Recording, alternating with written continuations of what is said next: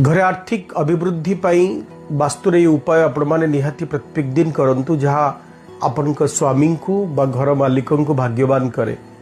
प्रत्येक दिन घर काम सरी सारा पर जिते आप शोवाक जाऊँच ता पूर्वर गोटे छोटिया चांदीर बा रूपार पात्र रे, रूपा तंबा किंबा पितलर पात्र रे बा माटीर पात्र आप नहीं पारे। टिके कर्पूर, टिके लवंग, टिके गुजराती, टिके गोलमरीच मिसिकी जलई दिंतु। यह द्वारा आपण घरे बहुत लाभ होता है। प्रथमे तो आप आर्थिक बाधारू आपको मुक्ति मिली है, नकारात्मक शक्तिमान प्रभाव मुक्ति मिलता है एवं आपण घरे जदि पितृंकर अशांति पड़ुची से मुक्ति मिलता है। अग्निकोण रे जदि किसी दोष अच्छी से आपको मुक्ति मिलता है।